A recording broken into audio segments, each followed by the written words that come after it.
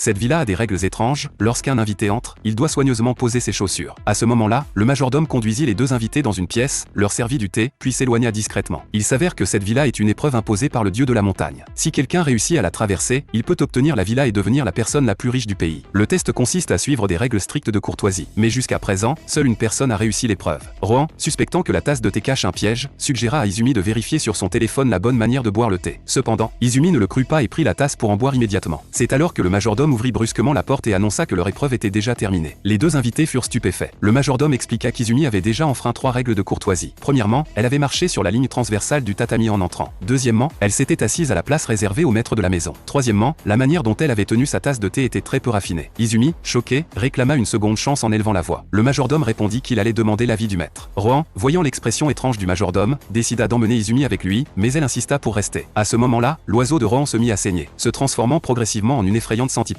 Par ailleurs, Izumi reçut un appel de l'hôpital, lui annonçant la mort de sa mère et de son petit ami dans un accident de voiture. Cependant, à ce moment-là, le majordome apparut soudainement, affirmant que le maître avait accepté la demande d'Izumi. Rohan, furieux, utilisa immédiatement ses pouvoirs pour fouiller les souvenirs du majordome. Il découvrit que cette villa n'était pas un simple test, si l'on échouait, il fallait en subir les conséquences. Étant donné qu'Izumi avait commis 3 erreurs, elle allait perdre 3 choses qui lui étaient chères. Soudain, des mots apparurent sur le visage du majordome, regarder les souvenirs des autres sans permission est une grave impolitesse. L'instant suivant, Izumi s'effondra sur le sol. Rohan comprit que son comportement impoli avait irrité le dieu de la montagne, et il demanda rapidement au dieu de pardonner Izumi. À ce moment-là, le majordome apporta un épi de maïs et expliqua à Rohan que si ce dernier réussissait à manger le maïs de manière appropriée, il pourrait pardonner à Izumi. Regardant Izumi toujours inconsciente, Rohan prit précautionneusement un couteau et une fourchette. À cet instant, le visage du majordome devint menaçant et les arbres autour d'eux commencèrent à prendre des formes inquiétantes. Mais à la seconde suivante, Rohan saisit l'épi de maïs à main nue. Le majordome, abasourdi, ne pouvait pas croire que Rohan savait comment manger correctement du maïs. Rohan, alors, lui expliqua que le majordome avait enfreint la courtoisie, car ses pieds touchaient la ligne transversale du tatami. En réalité, lorsqu'il avait activé ses pouvoirs plus tôt, Rohan avait discrètement modifié la mémoire du majordome pour qu'il oublie la règle de la ligne transversale. Izumi se réveilla alors, et en voyant cela, le majordome, furieux, lança une nouvelle invitation à Rohan pour passer un autre test. Cependant, Rohan refusa et quitta la villa sans encombre.